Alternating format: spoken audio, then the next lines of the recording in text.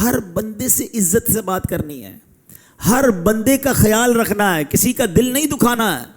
اور احادیث میں یہ مضمون ملتا ہے کہ نارملی کچھ لوگ وہ ہوتے ہیں جن کو ہم قریب نہیں بٹھاتے کیونکہ کپڑے صاف نہیں ہوتے ہیں، زیادہ مشہور بھی نہیں ہوتے، بال بھی بکھرے ہوئے ہوتے ہیں۔ روایتوں کا مضمون ہے کہ کچھ پراگندہ بال، میلے کچیلے کپڑے والے ایسے ہوتے ہیں کہ جن کو کوئی اپنی محفل میں نہیں بلاتا، جو نہ آئے تو کوئی نوٹس نہیں کرتا، کہیں رشتہ بھیجے تو کوئی رشتہ نہیں دیتا، یعنی ان کی کوئی ویلیو نہیں ہوتی زمانے میں۔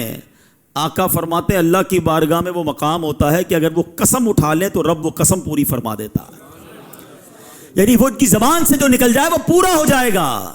تو کسی غریب، کسی بھی شخص کو حقیر نہ سمجھو۔ اب تک میں نے جو پڑھا ہے، تھوڑا سا ہی پڑھا ہے، میں نے 2 ہی عمل پڑھے ہیں کہ جس کے بارے میں یہ فرمایا گیا کہ یہ کام کرنے والا ایسا ہے جیسا اس نے اللہ سے جنگ کی ہے یا اللہ اس سے اعلان جنگ کرتا ہے۔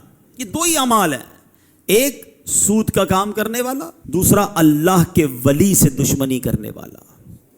اس سے سمجھو بات کو، اللہ سود سے بھی محفوظ رکھے ہمیشہ، کتنا ہی پیسہ بڑھ کے کیوں نہ آ جائے۔ آج کل نئی نئی اسکیمیں آ رہی ہیں، ارے نہیں جناب یہ سود نہیں ہے، یہ انٹرسٹ ہوتا ہے، یہ تو مارک اپ ہوتا ہے، تو یہ فلاں ہوتا ہے، تو او بھائی شراب کو دودھ کی بوتل میں ڈالو گے تو وہ دودھ نہیں بن جائے گا، نئی پیکنگ کے اندر آپ کو سود بیچا جا رہا ہے، آپ لیے جا رہے ہو۔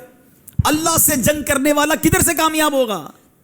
اور دوسری بات، اللہ کے ولی سے دشمنی کرنے والا، تو ہمیں تو نہیں پتا ولی کون ہے، تو حل کیا ہے کہ سب سے دوستی کر لو، سب سے پیار سے پیش آؤ، سب کو عزت دو۔ کیا پتہ یہ اللہ کا ولی ہو اور میرا بیڑا غرق ہو جائے اگر میں کسی اللہ کے ولی کے ساتھ بدتمیزی کر لوں، اس کا ہاتھ اٹھ جائے، اس کا دل ٹوٹ جائے، میں تو گیا نا۔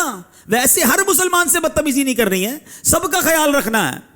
اور یہ کہاں تک بات جاتی ہے مسلمان کو تکلیف دینے والی کہ حدیث پاک میں آتا ہے من آذا مسلمن فقط آذانی، جس نے کسی مسلمان کو تکلیف دی وہ ایسا ہے جیسا اس نے مجھے تکلیف دی۔